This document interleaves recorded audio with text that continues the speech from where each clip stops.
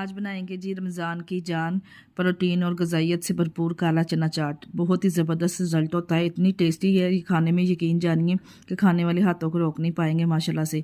अगर आप इसे इफ्तार में बनाएंगे खाने वाले उंगलियां चाटते रह जाएंगे माशाल्लाह से, जितनी ज़बरदस्त ये बनके तैयार होती है। जिसको बनाने के लिए सबसे पहले हमने काले चने लेके इसको भिगो देना है।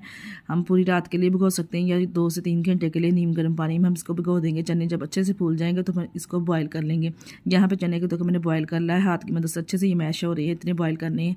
यहाँ पे हम एक कटोरी लेंगे, इसमें हमने 1 टीस्पून नमक, 1 टीस्पून कुटी हुई लाल मिर्च, 1 टीस्पून पिसी हुई लाल मिर्च, 1 टीस्पून काला नमक शामिल करके और 1 टीस्पून जीरा, 1 टीस्पून हमने इसमें चाट मसाला ऐड करके उबलता हुआ गर्म पानी इसमें ऐड कर देना है।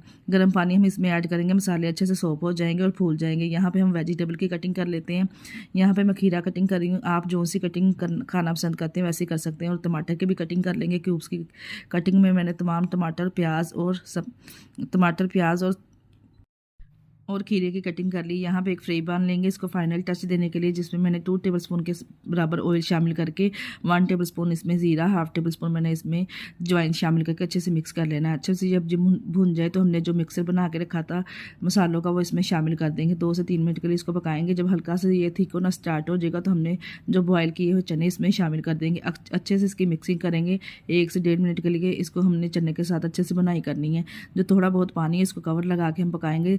जब मसालों का टेस्ट अंदर तक जाएगा, चने के इतने लजीज और बेहतरीन बनके माशाल्लाह से तैयार होंगे। अच्छे से इसको मिक्सिंग करेंगे। देखिए माशाल्लाह से कितने अच्छे से पानी तमाम ड्राई हो चुका है। यहाँ पे बॉयल किए हुए हमने आलू लिए हैं, आलू के कटिंग क्यूब्स की शेप में कटिंग करके शामिल कर देंगे। तमाम वेजिटेबल शामिल करेंगे।